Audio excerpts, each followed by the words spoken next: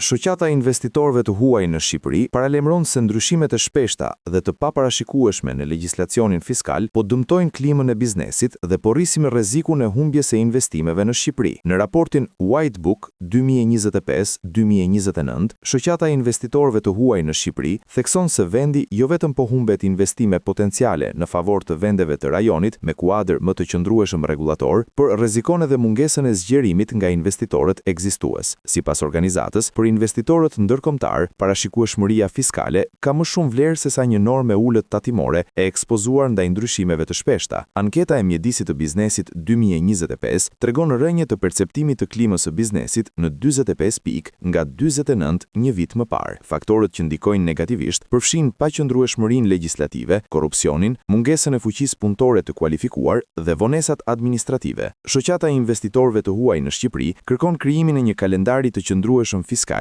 dhe një mekanizëm të përhershëm konsultimi me biznesin përpara miratimit të ndryshimeve ligjore. Gjithashtu, organizata ngresh shqetësimin për vonesat në rimbursimin e TVSH-s, të cilat ndikojnë drejt për drejt në likuiditetin e kompanive, veçanërisht atyre eksportuese. Në prag të avancimit të procesit të integrimit në Bashkimin Evropian, Shoqata e investitorëve të huaj në Shqipëri thekson se stabiliteti ligjor, sundimi i ligjit dhe një administratë efikase janë faktor kyç për tërheqjen e investimeve të huaja dhe për rritjen e konkurrueshmërisë së Shqipërisë në rajon.